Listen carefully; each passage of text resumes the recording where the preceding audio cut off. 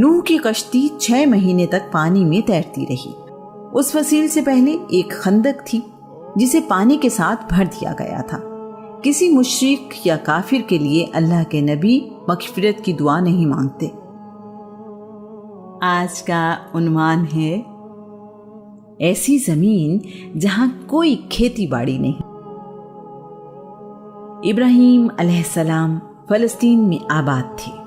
Be be Sara ابراہیم کی پہلی بیوی ان کے ساتھ رہتی تھی۔ بی بی سارہ ابراہیم علیہ السلام کے چچا کی بیٹی تھی۔ شادی کے وقت ابراہیم کی عمر 35 سال تھی اور ان کی شادی ملک شام میں ہوئی۔ ابراہیم اور سارہ نے بہت سے ملکوں کا سفر کیا۔ جناب ابراہیم سفر کرتے کرتے مصر پہنچے۔ فرعون مصر ایک ظالم اور سخت بادشاہ تھا۔ فرعون کے کارندے اپنی سلطنت میں رہنے والے یا سفر کرنے والے لوگوں میں سے خوبصورت لڑکیوں کو اٹھا کر لے جایا کرتے اور بادشاہ کو پیش کر دیتے تھے۔ فرعون اس کے بدلے میں انہیں انعام سے نوازا کرتا تھا۔ فرعون کے فوجی بی بی سارہ کو بھی اٹھا کر لے گئے۔ فرعون برے ارادے کے ساتھ بی بی سارہ کی طرف بڑھا تو اس کا بازو شل ہو گیا۔ فرعون کو احساس ہوا کہ یہ کوئی غیر معمولی شخصیت ہے۔ بی بی سارہ سے معافی مانگی۔ بی بی سارہ نے فرعون کو معاف کر دیا تو اس کا بازو ٹھیک ہو گیا۔ جناب ابراہیم کو بھی وہیں بلایا گیا۔ فرعون نے اپنی غلطی کی تلافی کرنے کے لیے اپنی سب سے ایماندار خادمہ ہاجرہ کو سیدہ سارہ کی خدمت کے لیے انہیں دے دیا۔ بی بی ہاجرہ قبطی یعنی مصر کی رہنے والی ہیں۔ تورات کی روایات کے مطابق بی بی ہاجرہ مصر کے بادشاہ فرعون کی بیٹی ہیں۔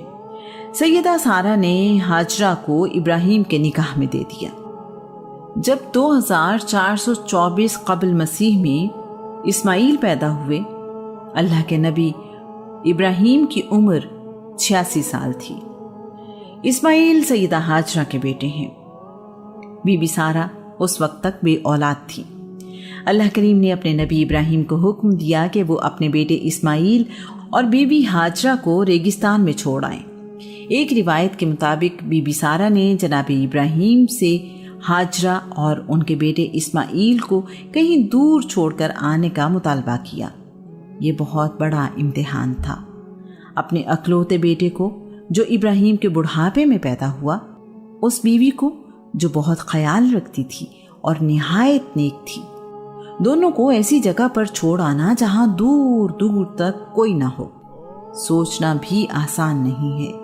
اللہ کے نبی اس مشکل امتحان سے نہ گھبرائے۔ ایک خیمہ، چند کپڑے، کھجوریں اور پانی ساتھ لیا۔ دور ایک غیر آباد صحرا میں جہاں انہیں چھوڑنے کا حکم ملا تھا لے گئے۔ انہوں نے فلسطین سے جنوب کی طرف 1235 کلومیٹر کا سفر طے کیا۔ اللہ کے نبی اور ان کے خاندان نے اونٹ پر 40 دن سفر کیا تو یہاں پہنچے۔ کیا بی بی ہاجرہ کو یہاں سے واپس اپنے گھر جانے کی کوئی امید ہوگی؟ اندازہ کریں اس صبر اور شکر کرنے والی بیوی کے حوصلے کا۔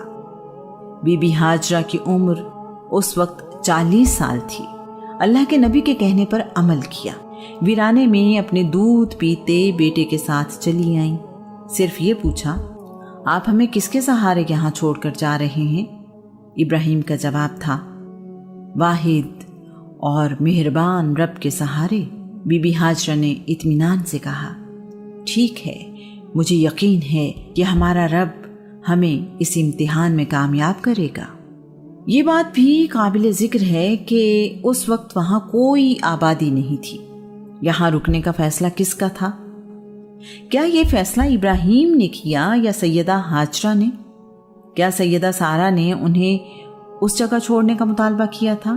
کیا یہ فیصلہ ہمارے رب کا نہیں تھا جس نے یہاں اپنا گھر بنانے کا فیصلہ کیا ہوا تھا؟ ہم اپنے اور اپنے گھر والوں کے لیے بہترین آسائش، آرام اور تمام نعمتوں کا انتظام کرتے ہیں۔ اچھا گھر، زندگی کی آسانیوں کا سامان، خوشحالی اور بہت کچھ۔ کبھی گمان میں بھی اپنے گھر والوں کو تنہا نہیں دیکھنا چاہتے۔ سبزہ تھا، نہ ہی پانی کا وجود، اگر تھے تو سخت اور خشک پہاڑ، پتھر اور تنہائی، وحشت اور گھبراہٹ۔ اللہ کریم محبت کرنے والوں کا خوب امتحان لیتا ہے۔ کہاں جا بسنے کا حکم ہوا؟ ایسی زمین پر جہاں کوئی کھیتی باڑی نہیں۔ اللہ کے نبی ابراہیم نے خیمہ لگایا۔ بی بی ہاجرہ اور اسماعیل کو اللہ کریم کے حکم پر یہاں چھوڑا اور واپس فلسطین روانہ ہو گئے۔ اب ماں بیٹا اللہ کریم پر بھروسہ کرتے ہوئے اس وادی میں رہنے لگے۔ کچھ دن گزرنے کے بعد پانی ختم ہو گیا۔ اب یہاں تنہائی کے علاوہ پریشانی بھی تھی۔ زندہ رہنا مشکل ہو گیا۔ اس پریشان کن صورتحال میں بھی بی بی ہاجرہ کا اپنے رب پر یقین کم نہ ہوا۔ پیاس جب بہت زیادہ بڑھ گئی تو بی بی ہاجرہ نے اپنے خیمے کے باہر ایک چادر اس سخت زمین پر بچھائی، اسماعیل کو اس پر لٹایا اور خود پانی کی تلاش میں نکلی۔ باہر تو کچھ بھی نہیں تھا، لیکن اللہ کی اس نیک بندی کو یقین تھا کہ کوئی نہ کوئی صورت ضرور پیدا ہوگی۔ وہ اپنے خیمے کی دائیں جانب والے پہاڑ صفا پر چڑھی، ادھر ادھر دیکھا، کچھ نظر نہ آیا، نہ کوئی انسان نہ پرندہ۔ نظر بھی کیسے آتا، یہاں کوئی تھا ہی نہیں۔ پہاڑ کی چوٹی سے ان کا بیٹا انہیں نظر آ رہا تھا۔ ماں کو تسلی تھی کہ میرا بیٹا میری نظروں کے سامنے ہے۔ جب کوئی صفا پر جا کر کچھ نہ ملا تو نیچے اتری اور اپنے خیمے کی بائیں جانب والے پہاڑ مروہ کی طرف جانے کا ارادہ کیا۔ کوہ صفا سے نیچے وادی میں آئیں تو اب بیٹا نظر نہیں آ رہا تھا۔ ماں کو چین کیسے آتا؟ ماں کی محبت نے مجبور کیا۔ وہ اب چلنے کی بجائے دوڑنے لگی۔ جب تک انہیں بیٹا نظر نہ آیا دوڑتی رہی۔ بیٹا نظر آیا تو دوبارہ چلنے لگی۔ پہاڑ پر چڑھنا اترنا آسان کب ہے؟ اب وہ کوہ مروہ جو ان کے خیمے کے بائیں جانب ایک پہاڑ تھا اس کے اوپر چڑھی۔ یہاں بھی کچھ نظر نہ آیا۔ دوبارہ سوچا کہ کوہ صفا پر جانا چاہیے۔ کوہ مروہ سے اتریں۔ جب وادی میں پہنچنے پر اسماعیل نظر نہ آئے تو پھر دوڑنا شروع کر دیا۔ یہاں ہمیں سوچنا چاہیے کہ ایک ماں، بھوک اور پیاس، اکیلی اولاد، وہ بھی ابھی گود، نہ کوئی اور انسان، نہ زندگی کی امید۔ کبھی ایک پہاڑ پر چڑھتی ہیں تو کبھی دوسرے پہاڑ پر۔ جن لوگوں نے پہاڑی علاقوں میں چھٹیاں گزارنے کے لیے سفر کیا ہے جانتے ہیں کہ پہاڑوں پر چڑھنا اور اترنا کس قدر مشکل کام ہے۔ ہم اپنی خوشی سے جاتے ہیں اور بہت جلدی تھک جاتے ہیں۔ یہاں تو ایک ماں اپنے بیٹے کی بھوک اور پیاس کی خاطر پریشانی میں پہاڑوں پر چڑھتی اور دوڑتی ہے۔ اس پریشانی کا اندازہ صرف ماں ہی کر سکتی ہے۔ بی بی ہاجرہ کی بے چینی ختم ہونے کا نام نہیں لے رہی۔ وہ دیوانہ وار دونوں پہاڑوں پر بار بار جا رہی ہیں۔ وہ سعی کر رہی ہیں کہ شاید کوئی انسان نظر آ جائے اور پانی کا انتظام ہو جائے۔ سیدہ ہاجرہ 7ویں بار صفا پہاڑ سے مروہ پر پہنچی تو انہیں ایک عجیب منظر نظر آیا۔ انہوں نے دیکھا کہ جہاں بیٹا لیٹا ہوا ہے اس کے بالکل قریب پانی ہے۔ ان کی خوشی کی کوئی حد نہ رہی۔ کہیں یہ نظر کا دھوکہ تو نہیں؟ کیا واقعی سخت پتھر کے پہاڑوں میں پانی ہے؟ میرے رب، مجھے یقین تھا کہ تیری رحمت کوئی نہ کوئی بہانہ ڈھونڈ لے گی۔ میرے پروردگار، تیرا لاکھ لاکھ شکر۔ دوڑتی ہوئی پہاڑ سے اتری، لیکن اس بار اپنے بیٹے کی طرف جا رہی تھی۔ اسماعیل کے پاس پہنچی تو دیکھتی ہیں کہ جہاں اسماعیل روتے ہوئے ایڑی مار رہے تھے وہاں اس پتھریلی زمین سے پانی کا چشمہ نکل آیا ہے۔ سیدہ ہاجرہ کا اپنے رب پر یقین تھا کہ وہ کوئی نہ کوئی صورت پیدا کرے گا۔ ایسا ہی ہوا۔ اب انہیں فکر ہوئی کہ کہیں یہ پانی بہتے بہتے ختم نہ ہو جائے۔ پانی ذخیرہ کرنے کا کوئی طریقہ نہیں تھا۔ انہوں نے بے اختیار کہا، زم زم، ٹھہر جا ٹھہر جا۔ اللہ کریم کی نیک بندی کا کہنا کمال کر گیا۔ پانی وہیں ٹھہر گیا۔ چشمہ تو باقی رہا لیکن اب پانی بہنا بند ہو گیا۔ سیدہ ہاجرہ نے اس پانی کے گرد روک بھی بنا دی۔ اللہ کریم کی طرف سے زمزم کو ہمیشہ ہمیشہ کے لیے جاری کر دیا گیا۔ آج 4000 سال بعد بھی زمزم لوگوں کو سیراب کر رہا ہے۔ رسول اللہ کا فرمان ہے، اللہ کریم اسماعیل یعنی سیدہ ہاجرہ پر رحم فرمائے۔ اگر وہ جلدی نہ کرتی تو زمزم ایک بہتا ہوا چشمہ ہوتا۔ سیدہ ہاجرہ کی پریشانی کم ہوئی، اب انہیں زندگی کے آثار نظر آنے لگے۔ چند دنوں میں پانی کی وجہ سے یہاں سبزہ بھی اگایا۔ وہی وادی جہاں کھیتی باڑی نہیں ہوتی تھی، اللہ کی قدرت کہ سبزہ نکل آیا۔ کچھ عرصے بعد یہاں سے ایک قافلہ گزرا جو ملک کے شام تجارت کے لیے سفر پر تھا۔ ان لوگوں کا تعلق بنی جرہم قبیلے سے تھا۔ یہ راستہ ان لوگوں کا جانا پہچانا تھا۔ وہ پہلے بھی بارہا یہاں سے گزر چکے تھے۔ اب کی بار انہوں نے عجیب منظر دیکھا۔ انہوں نے دیکھا کہ پرندے اڑ رہے ہیں اور خوشی سے چہچہا رہے ہیں۔ جب ان کے تجسس نے انہیں مجبور کیا تو وہ پہاڑ پر چڑھے۔ ان کی حیرت کی انتہا نہ تھی۔ ایک خیمہ ہے، سبزہ اگا ہوا ہے اور پانی کا چشمہ موجود ہے۔ یہ کیسے ہوا؟ وہ تو بہت دفعہ یہاں سے گزرے تھے۔ کبھی کسی نے سوچا بھی نہیں تھا کہ پتھریلے پہاڑوں میں پانی بھی ہوگا۔ کوئی ایسے ویرانے میں تنہا کیسے رہ سکتا ہے؟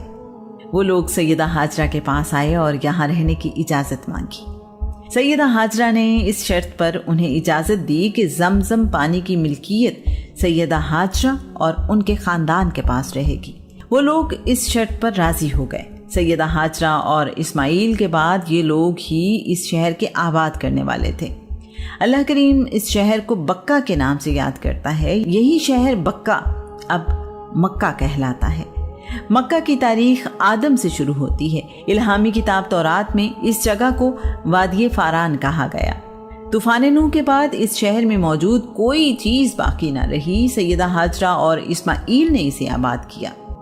اسماعیل قبیلہ بنی جرہم کے درمیان پلے بڑھے۔ ابراہیم اور اسماعیل کا دور سریان اور یہودیوں سے پہلے کا دور تھا۔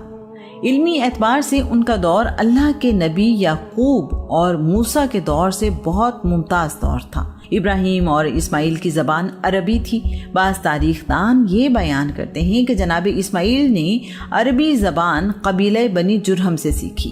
یہ بات حقیقت نہیں کہ بنی جرہم کی زبان عربی تھی۔ ایک عرصے تک بنی جرہم پانی کی ملکیت بنی اسماعیل کے پاس رہنے کے وعدے پر قائم رہے۔ بعد میں انہوں نے اسماعیل کی اولاد سے وعدہ خلافی کی اور پانی کی ملکیت ان سے چھین لی۔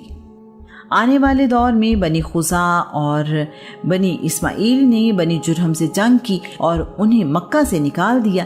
بنی جرہم جاتے ہوئے زمزم کا چشمہ بند کر گئے۔ صدیوں بعد عبد المطلب یعنی رسول اللہ صلی اللہ علیہ وآلہ وسلم کے دادا نے چشمہ زمزم کی کھدائی کروائی تو پانی کی ملکیت ایک بار پھر بنی اسماعیل کے پاس آ گئی۔ زمزم پانی کی ذمہ داری آج بھی اسماعیل کی اولاد کے پاس ہے۔ ظاہری اسباب میں یہ شہر اللہ کے نبی اسماعیل اور سیدہ ہاجرہ کے لیے بسایا گیا۔ حقیقت میں یہ کائنات بسائی ہی اللہ کے آخری رسول صلی اللہ علیہ وآلہ وسلم کے لیے گئی۔ ایک نہ بدلنے والی زبان عربی عطا کی گئی۔ آخرکار قرآن مجید اللہ کریم کی آخری الہامی کتاب کو بھی تو یہی نازل ہونا تھا۔ مت سہل ہمیں جانو، پھرتا ہے فلک برسوں، تب خاک کے پردے سے انسان نکلتے ہیں۔ یہ کائنات اتنی آسانی سے نہیں بسائی گئی۔ زندگیاں اور صدیاں گزری تو یہ آباد ہوئی۔ شہر مکہ رسول اللہ صلی اللہ علیہ وآلہ وسلم کی ولادت سے 25,000 سال پہلے آباد ہوا۔ مکہ سطح سمندر سے 277 میٹر بلند ہے۔ شہر مکہ کو اس لیے حرم کہا جاتا ہے کیونکہ یہ عزت اور حرمت والا شہر ہے۔ یہ شہر جدہ سے 64 کلومیٹر مشرق میں واقع ہے۔ تاریخ دان یاقوت حموی کے مطابق شروع میں حرم کعبہ کی عمارت کا نام مکہ تھا۔ بعد میں پورے شہر کو مکہ کہا جانے لگا۔ مکہ شہر وادی ابراہیم میں واقع ہے۔ اس کے شمال میں کیقان ہے، جنوب میں جبل حدیدہ ہے اور جنوب مغرب میں جبل عمر ہے۔ مشرق میں جبل ہیرا ہے جبکہ شمال مشرق میں جبل ابو قبیس ہے۔ آدم علیہ السلام نے اللہ کا گھر مکہ کی وادی میں تعمیر کیا تھا۔ طوفان نوح کے بعد یہ عمارت قائم نہ رہی بلکہ اس کا نام و نشان تک مٹ گیا۔ یہاں اس بات کا ذکر بھی نہایت ضروری ہے کہ اللہ کریم نے ماں میں محبت کا جو جذبہ رکھا ہے وہ کسی اور کو حاصل نہ ہو سکا۔ اللہ کریم کو ایک ماں سیدہ ہاجرہ کا اپنے رب پر ایمان اور اپنے بیٹے کے لیے کوشش، بھاگ دوڑ، اتنی پسند آئی کہ اسے حج اور عمرے کا لازمی حصہ بنا دیا۔ یہ پابندی بھی لگا دی کہ جس طرح میری بندی پہاڑوں پر چڑھتی رہی اور نشیبی جگہ پر دوڑتی رہی، ویسے ہی پہاڑوں پر چڑھو اور دوڑو۔ سیدہ ہاجرہ کا اپنے رب پر ایمان اور یقین اسی قابل تھا۔ کوئی لمحہ بھی ایسا نہیں جب اللہ کریم کے بندے مکہ میں صفا اور مروہ کے درمیان دوڑ نہ رہے ہوں۔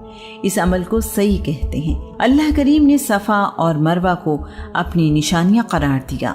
اے ہمارے رب، میں نے یہاں تیری حرمت والے گھر کے پاس ایسی وادی جہاں کھیتی باڑی نہیں میں اپنی کچھ اولاد بسا دی ہے تاکہ وہ نماز قائم کریں۔ ہمارے رب، لوگوں کے دل ان کی طرف مائل کر دے اور انہیں پھل کھانے کو دے تاکہ وہ شکر ادا کریں۔ جب تم پیٹھ پھیر کر چلے جاؤ گے تو میں تمہارے بتوں کے ساتھ ایک چال چلوں گا۔ ابراہیم نے کلہاڑا استعمال کرتے ہوئے تمام چھوٹے بتوں کو توڑا۔ کسی بت کا کان کاٹ دیا تو کسی کی ناک، کسی کی آنکھ تو کسی کا سر۔